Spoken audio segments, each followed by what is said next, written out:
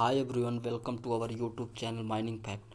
दोस्तों, आज हम कोल इंडिया लिमिटेड के विभिन्न सब्सिडरी जैसे WCL, ECL जिसमें अभी फ़िलहाल वैकेंसीज निकाली गई है, उसमें माइनिंग सरदार, ओवरमैन तथा सर्वेयर के लिए जो एग्ज़ाम होने वाले हैं उसके दृष्टि से दोस्तों यह वीडियो बहुत ही महत्वपूर्ण है। इसमें हम CMR यानी कोल माइंस रेगुलेशन 2017 के बहुत ही महत्वपूर्ण क्वेश्चन बताने वाले हैं दोस्तों। तो इस वीडियो में लास्ट तक बने रहें तथा नए हैं तो हमारे चैनल माइनिंग फैक्ट को सब्सक्राइब कर लें तथा बेल आइकन को प्रेस कर लें दोस्तों।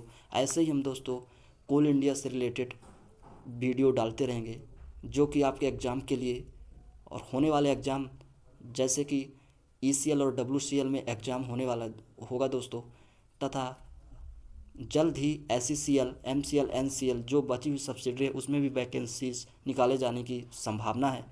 तो उसकी दृष्टि से बहुत ही महत्वपूर्ण क्वेश्चन है।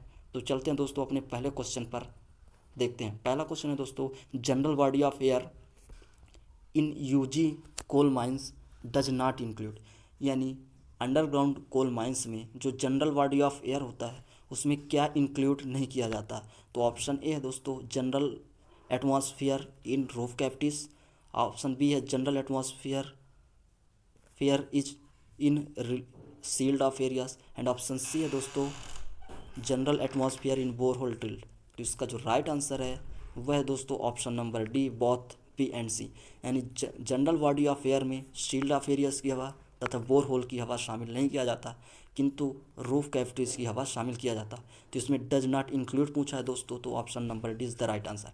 अगला क्वेश्चन है second number, in deep hole drilling and blasting the depth of hole shall be, यानी जो ओपन कास्ट माइनिंग ऑपरेशन में जो डीप होल ड्रिलिंग होता है उसकी डेप्थ कितनी होती है। तो ऑप्शन ए है less than 3 metre, option B है 3 मीटर ओनली, ऑप्शन सी है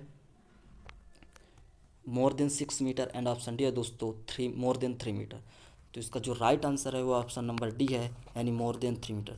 तो दोस्तों डीप होल ड्रिलिंग और ब्लास्टिंग होता क्या है, तो ओपन कास्ट माइनिंग ऑपरेशन में 3 मीटर से अधिक गहरा ड्रिल होल करना डीप होल ड्रिलिंग तथा उसकी चार्जिंग करके ब्लास्टिंग करना डीप होल ब्लास्टिंग कहलाता है।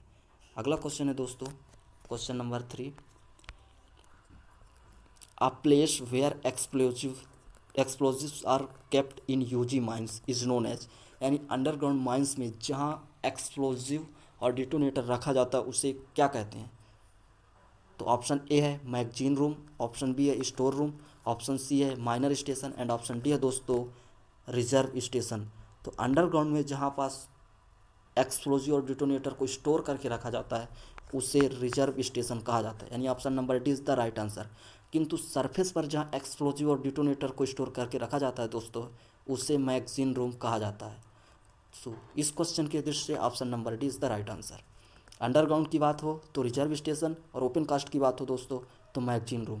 अगला क्वेश्चन है हेम, हेम HEMM डज नॉट इंक्लूड, यानी हेम दोस्तों जो कि ओपन कास्ट माइंस में प्रयोग किया जाता है, हेम का पूरा नाम है, फुल नेम है हैवी अर्थ मूविंग मशीन। तो हेम में किसे इंक्लूड नहीं किया जाता, शामिल नहीं किया जाता। तो ऑप्शन ए है machine used in open cast mines for dozing, machine used in underground mines for transporting, option C है machine used in open cast mines for drilling up to 50 metre sorry, and option D है machine used in open cast mines for डिजिंग।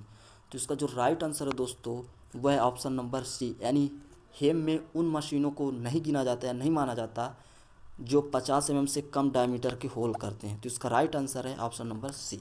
अगला question है fifth number,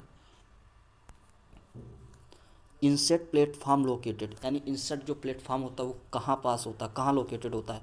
तो option A है at shaft bottom, option B है at top of shaft, option C है between loading point and unloading point, option C है between top and bottom of the shaft. तो दोस्तों जो इंसेट platform होता है वह होता है between top and bottom of the shaft, यानी D is the right answer. दोस्तों जो टॉप ऑफ द शाफ्ट होता है वहाँ बैंक्समैन होता है तथा बॉटम और इंसेट में जो होता है दोस्तों वह होता है ऑन सेटर। तो यह भी क्वेश्चन बहुत ही महत्वपूर्ण क्वेश्चन है दोस्तों, कभी कभी ऑन सेटर या फिर कभी बैंक्समैन के बारे में भी पूछता है। अगला क्वेश्चन है 6 number, which statement is correct, यानी कौन सा स्टेटमेंट सही है।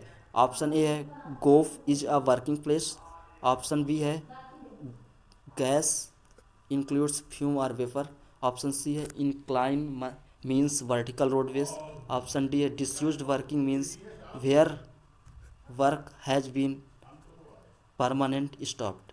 तो इसका जो राइट आंसर है दोस्तों वह ऑप्शन नंबर बी है, यानी गैस जो होता है फ्यूम्स और वेपर का, वेपर इसमें गैस में इंक्लूड्स होता है। तो इसका right answer option number B. अगला क्वेश्चन है दोस्तों, क्वेश्चन नंबर 7 है the full form of CMM, यानी CMM का फुल फॉर्म क्या है। तो ऑप्शन ए है coal mine management, option B है coal mine methane, option C है coal mine machine, option D है कंटिन्यूअस माइन मेथड। तो इसका जो राइट आंसर है दोस्तों वह है ऑप्शन नंबर बी, यानी कोल माइन मीथेन। CMM का पूरा नाम है दोस्तों कोल माइन मीथेन। अगला क्वेश्चन है 8 number the term dog is associated with, यानी जो टर्म जो डॉग है वह कहाँ प्रयोग किया जाता है। तो ऑप्शन ए है इंडलेस हॉलेज, ऑप्शन बी है शाफ्ट फिटिंग, ऑप्शन सी है conveyor haulage and option D है दोस्तों डायरेक्ट हॉलेज। तो जो डॉग है दोस्तों वो उसका प्रयोग सॉफ्ट फिटिंग में किया जाता है। तो option number B is the right answer. Next question है दोस्तों, coal mine regulation to 2017 is extended to, यानी कोल माइन CMR जो 2017 अपडेटेड होके आया था दोस्तों, कोल माइंस रेगुलेशन 1957 से, वह कब आया था।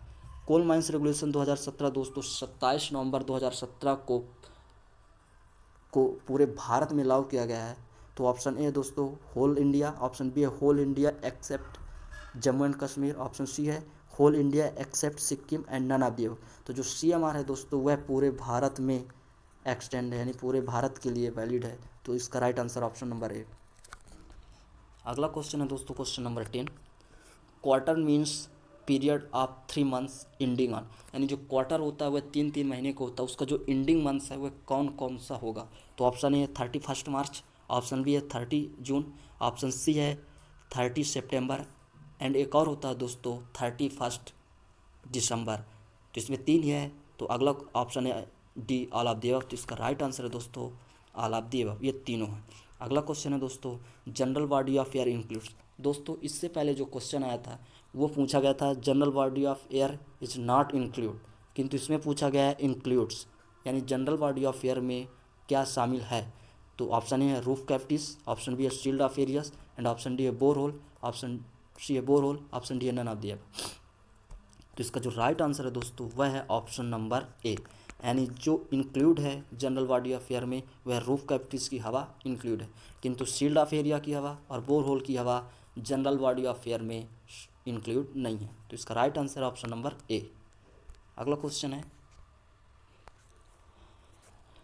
Natural gas recovered from a coal mine is known as, यानी कोल माइन से जो नेचुरल गैस रिकवर्ड किया जाता है, प्राप्त किया जाता है, उसे क्या कहते हैं। ऑप्शन ए है कोल गैस, ऑप्शन बी है black damp, option C abundant mine methane and option D है दोस्तों कोल माइन मीथेन।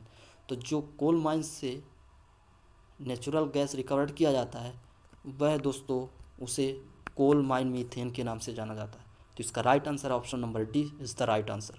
अगला है 13 number working of a coal mine has been temporarily stopped and left inaccessible are called, यानी mines में जो भी working होती है उसे यदि टेम्परेली स्टॉप्ड किया जाता है, कुछ समय के लिए रोका जाता है और वह लेफ्ट इनएसेसिबल रहता है, उसके बाद चालू किया जाता है, तो उसे किस नाम से जाना जाता है।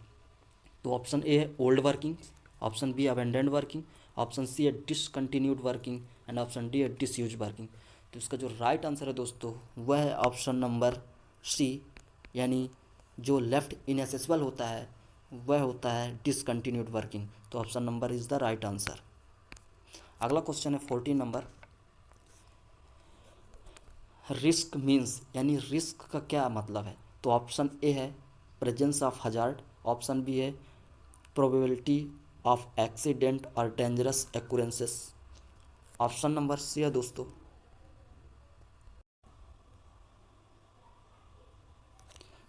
Outcome of hazard, option D है दोस्तों combination of likelihood of an unwanted event and its potential consequences. तो इसका जो राइट आंसर है दोस्तों वह है option number D. Option number D is the right answer.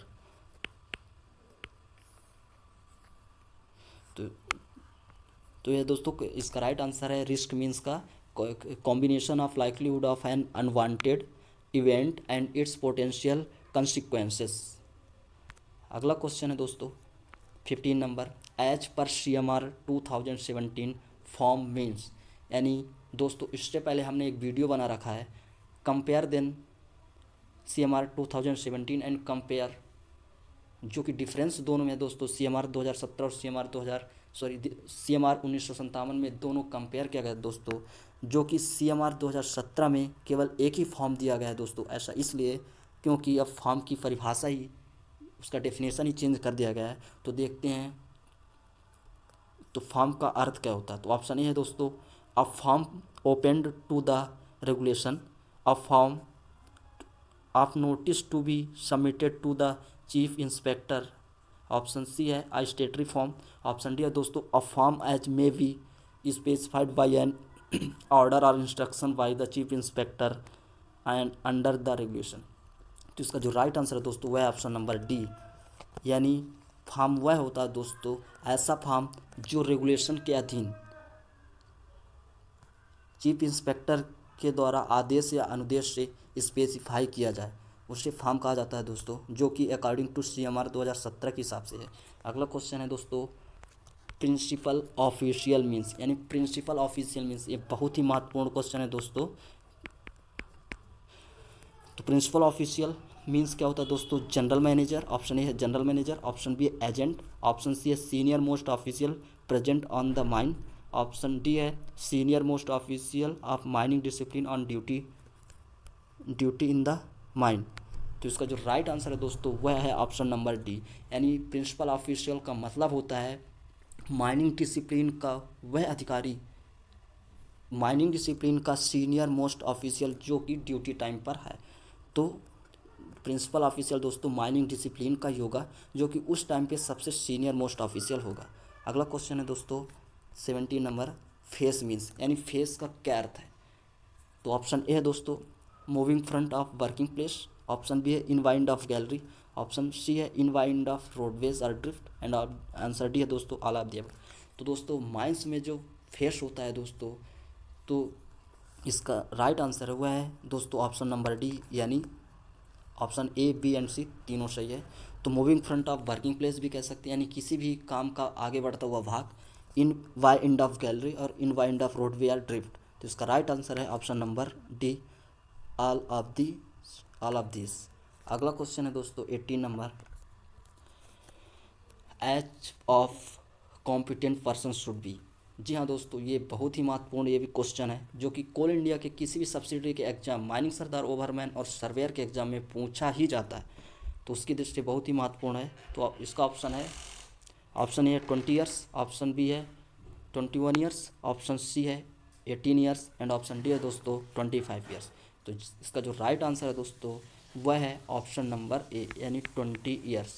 यानी कॉम्पिटेंट पर्सन होता है दोस्तों जिसकी आयु 20 वर्ष पूरी हो चुकी है, उसे कॉम्पिटेंट पर्सन कहा जाता है दोस्तों। किंतु दोस्तों एडल्ट जो होता है दोस्तों उसकी आयु 18 वर्ष कंप्लीट होनी चाहिए। तो ये दोनों क्वेश्चन पूछा जाता है। कॉम्पिटेंट पर्सन यानी 20 years, adult means 18 years. Next question, अगला क्वेश्चन है दोस्तों working of a coal mines has been temporarily stopped and left accessible are called. तो इसका जो राइट आंसर है अंडरग्राउंड माइंस में दोस्तों जो वर्किंग होती है वो टेम्परेली स्टॉप्ड रोका जाता है, किंतु वह लेफ्ट एसेसिबल है, तो उसे क्या कहते हैं। तो इसका ऑप्शन है दोस्तों अबेंडेंड वर्किंग, ऑप्शन बी है disused working, and option C है discontinued working, and option D है दोस्तों ओल्ड वर्किंग। तो दोस्तों इससे पहले एक क्वेश्चन आगे आया था दोस्तों, जो कि आ गया था, तो उसमें दोस्तों ये पूरा यहाँ तक सेम था, यहाँ तक दोस्तों पूरा सेम था, किंतु इसमें लेफ़्ट एसेसिबल है। तो इसका जो राइट आंसर है वह है दोस्तों डिसयूज्ड वर्किंग, किंतु उसमें दोस्तों लेफ़्ट इनएसेसिबल था, तो उसका आंसर था डिसकंटिन्यूड वर्किंग।